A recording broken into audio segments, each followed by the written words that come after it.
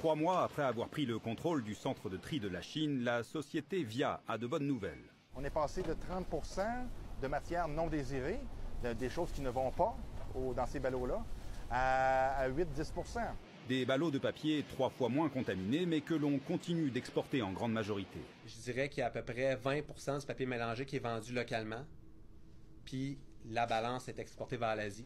À la différence de Ricova, dont le contrat a été résilié l'été dernier à la Chine, le nouvel opérateur emploie une quarantaine de personnes pour le tri. C'est environ 2 fois plus. Regarde, un balance de lumière. Encore une fois, ça va pas au tri. Fait que les gens ici sont performants pour trouver ce qui va pas au recyclage. C'est leur travail principal, rejeter d'emblée les choses qui vont pas là. Le taux de rejet ici est de 18%, donc près d'un objet sur 5 qui ne devrait pas se retrouver dans le bac.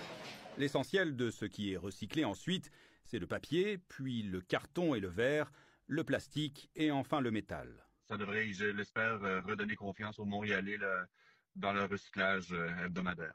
L'entreprise Ricova, qui garde un contrat pour le centre de tri de Saint-Michel jusqu'en septembre 2024, annonce une performance encore plus grande. Nous avons réduit les taux de contamination de 35% à 2%. Grâce à l'acquisition de trieurs optiques européens au coût de 6 millions de dollars. La ville de Montréal se félicite des avancées dans les 2 centres de tri.